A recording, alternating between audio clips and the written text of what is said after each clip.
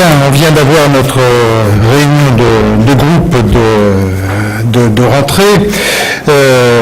Tout d'abord sur le contexte général.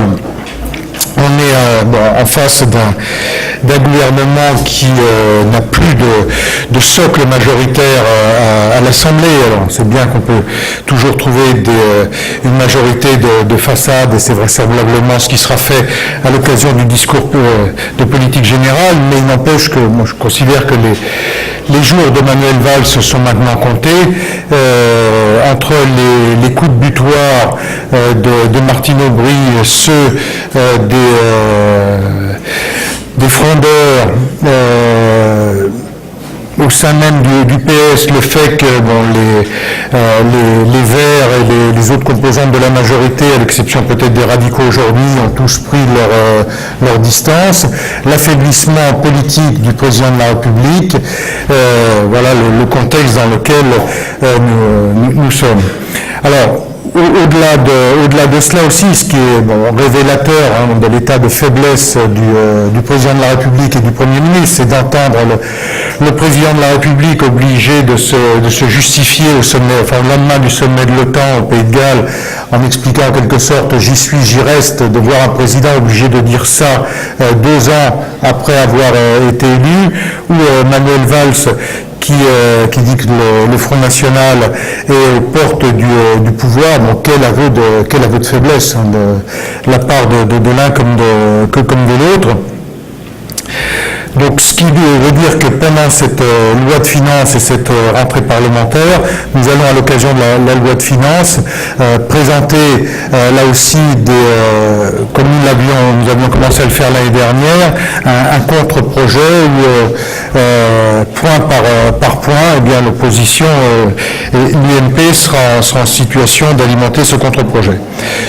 Autre sujet sur, on appelle maintenant l'affaire Thévenoud, en dehors, j'ai l'occasion déjà de le dire, M. Thévenoud, il y a 2 légitimités. Lorsqu'il est nommé ministre, il est nommé par le président de la République ou le Premier ministre, donc il peut être démis immédiatement de ses fonctions.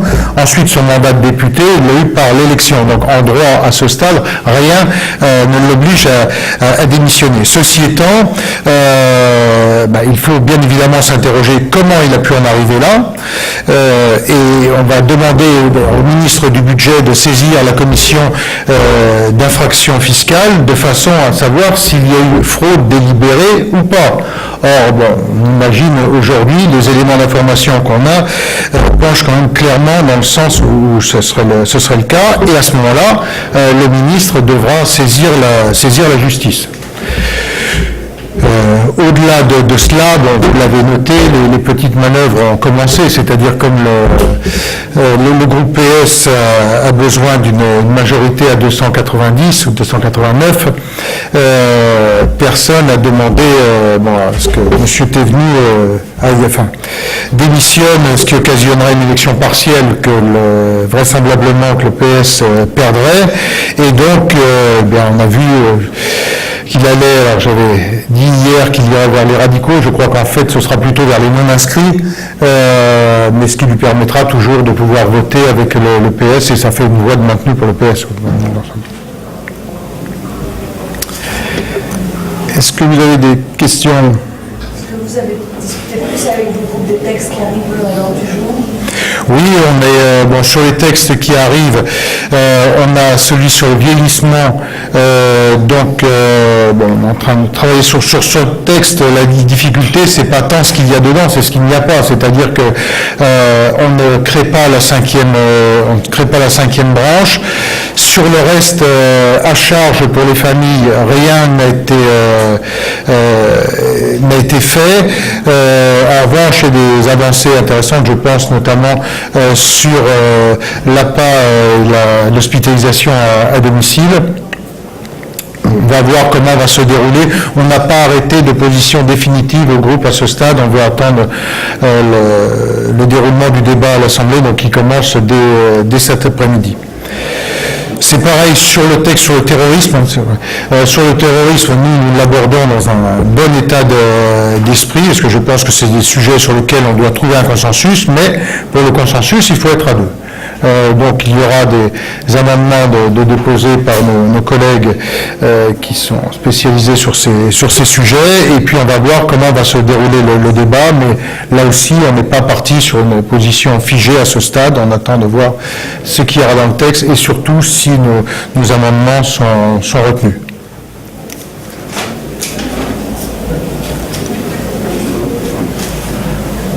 C'est bon? Juste sur Thévenoud, Ouais. vous auriez-vous souhaité qu'il démissionne? C'est ça, de toute façon, c'est comme sur la dissolution, c'est la décision du parlementaire. Après, je pense que c'est une question de morale qui se pose à lui. C'est pour ça que si on veut rester, et je pense qu'il faut rester dans le droit, on demande au ministre du Budget donc de saisir la commission des infractions fiscales. Et à partir de là, s'il y a eu fraude délibérée, le ministre devra saisir la justice. Mais bon, disons que les informations qu'on a à ce stade, enfin qui sont publiques, hein, celles que vous diffusez les uns et les autres, penchent très largement sur le fait qu'il y ait une fraude délibérée. Mais on va saisir la commission, enfin demander au ministre de saisir la commission des infractions pour que les choses soient clairement établies. C'est possible, même si le fisc a réglé, même si le contentieux a été réglé. Oui, là, est-ce qu'il y a eu fraude délibérée ou pas? Quand on ne déclare pas ses impôts, c'est bon. Mais attendons que tout cela soit formalisé.